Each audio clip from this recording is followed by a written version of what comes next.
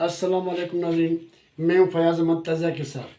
नाज़रीन, आपसे गुजारिश है कि मेरे इस चैनल को सब्सक्राइब करें और बेल आइकन का बटन दबाएं। नाज़रीन, आपसे ये भी गुजारिश है कि मेरी वीडियोस मुकम्मल तौर पर दिखा करें। नाज़रीन, आज अहम मौजू पर बात करेंगे, वो सुप्रीम कोर्ट। जैसा कि आपको मालूम है कि सुप्रीम कोर्ट में हियरिंग चल रही है इलेक्शन के हवाले से। सुप्रीम कोर्ट में जो इलेक्शन कमीशन ने जो डेट चेंज की है उसके हवाले से। नाज़रीन, आज आज जो हकीकत में जो है डे, इस दिन का जो हीरो है वैसे वो है जस्टिस जमाल खान मंदोखिल। कल उसके बारे में जो मीडिया में बातचीत चल रही थी कि उसने कहा था कि ये हमारा आधुनिक मामला है, तो मीडिया के बहुत सारे लोगों ने उसको और रुख दिया था। तो बस लोग कह रहे थे कि नहीं, उसने ऐसी बात नहीं की।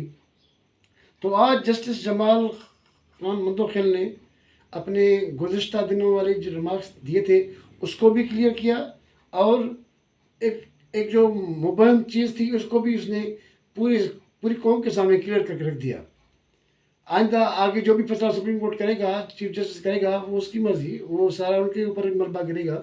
मगर उसने आज क्लियर कर दिया कि चीफ जस्टिस के मामले में जस्टिस जमाल खान मंदोखिल ने कहा कि सुप्रीम कोर्ट में पंजाब और खैबर पख्तूनख्वा में इंतखाबात मुलतवी करने के हवाले से उन्होंने कहा कि जो दिमाग उसने दिए थे माजी में, उसकी वजाहत किया कि तफसीली आर्डर में उसने कहा मैं अपनी तफसीली आर्डर में जो तफसीली आर्डर था वो उस पर कायम हूँ।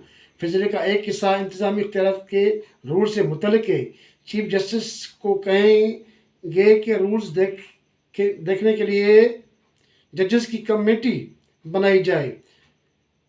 और जो उसका अहम था, जिसको मैंने कहा वो है हीरो, वो है भाई जस्टिस में लिखा हुआ इख्तलाफी नोट।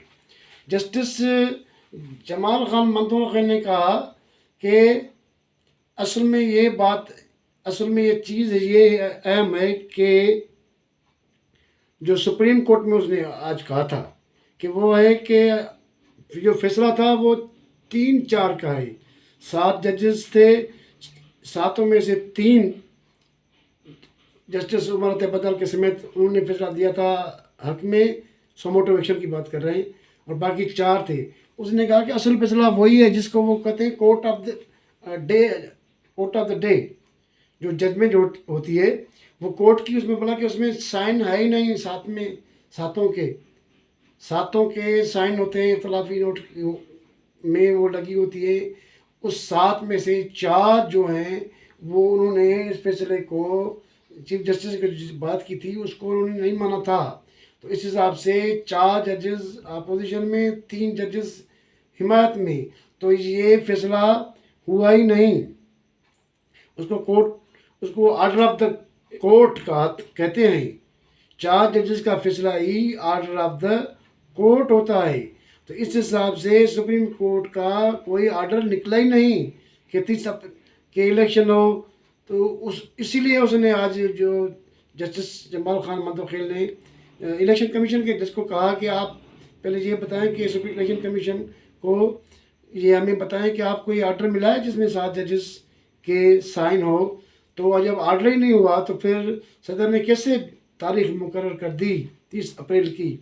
असल अब ये मामला यहाँ अटका हुआ है कि ये सुप्रीम कोर्ट का ऑर्डर है कि नहीं है।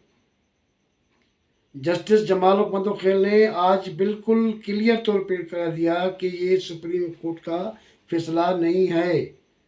उसमें जस्टिस आफरीदी है, जस्टिस अतर मिनल्ला है, उन्होंने लिखा था। उसके उन्होंने कहा कि क्या इनका फैसला हवा में तरील हो गया।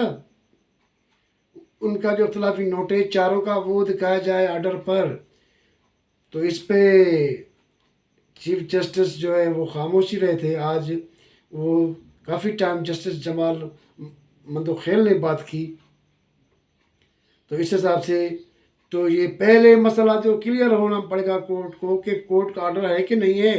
ये 4-3 का मामला है तो ये क्लियर करें, फिर आगे बात होगी ना। तो मसला ये है कि अभी तक कोर्ट में ये 4-3 का मामला हल ही नहीं हुआ। तो हुकूमत शुरू से कह रही आ रही है, दूसरे भी जो भी इधर रखते हैं तजुर्बा, खुसूसन जो आईनी माहिरीन हैं, वो कहते आ रहे हैं कि भाई ये फैसला नहीं हुआ, तो फिर भी इस पर सदर ने दे दिया, अब इस पर ही ये बेंच बैठी है। नाज़रीन, तो आज इस पर हम सिर्फ इसी पर बात करेंगे, जस्टिस जमाल मंदोखर पर बात की है कि उसका जो फैसला है, उसके जो जोर है उसी बात पर है कि फैसला सुप्रीम कोर्ट ने दिया ही नहीं। समोटिव एक्शन का जो था वो समोटिव एक्शन बनता ही नहीं। तो इस हिसाब से पहले सुप्रीम कोर्ट को क्लियर होना पड़ेगा कि आपका फैसला क्या है, वो तफसीली से आवाम को आगाह करें। इसके बाद आएगी इलेक्शन कमीशन की बारी और दूसरी चीज़ें। तो अब तो ये मामला इस जस्टिस जमाल मंदोखर ने क्लियर कर दिया। अब इसके बावजूद भी अपनी ढिठाई से, अपनी हठधर्मी से चीफ जस्टिस और दूसरे फैसला करते हैं, तो ये मामला मैंने पहले कल भी कहा था कि फटा पड़ गया है और ये मामला मुतनाज़ा ही है और ये मुतनाज़ा होगा और ये मामला शदीद तरीन बुरान इख्तियार कर सकता है।